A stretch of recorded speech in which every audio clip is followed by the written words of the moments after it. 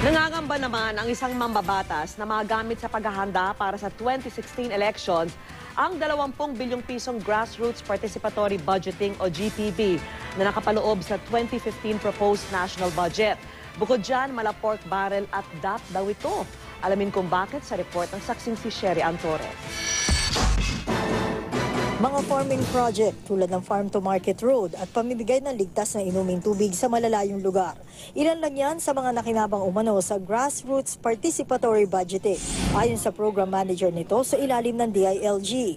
Pero pinuna ito ni dating Budget Secretary Benjamin Diokno. Ang motibo niyan is siyempre para mabango sila sa mga local officials. In what way? Kasi namimigay sila ng pera eh.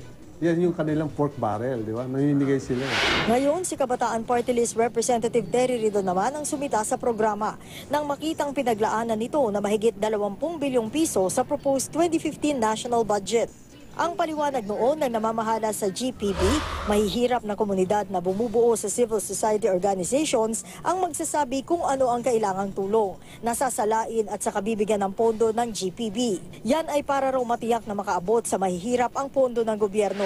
Ibig bang sabihin, hindi daraan sa Kongreso kung paano gagastusin ang pondo gaya na nararapat? Tingin natin DAP clone siya kasi ultimately pwedeng palitan ng mga local government units itong mga proyektong nakatala dito po sa GPB Pilipinas. Dagdag pa ito sa Internal Revenue Allotment at Assistance sa mga local government unit at pwede rin gamitin sa mga proyektong wala sa tinatawag na menu list o mga inaprobahang budget ng Kongreso.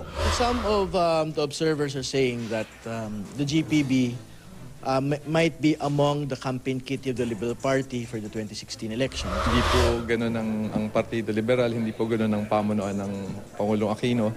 Nagagamitin yung pondo na yun para sa LGU, nagagamitin lang specifically for the elections. Sabi naman ng palasyo, if you want to investigate it, go ahead. These are all, we've got over 16,000 projects already, and this is where community has a say on how the community is developed and how community is how government and the community work, local government and community work hand in hand. ako si Sherry Antores, ang iyong saksi.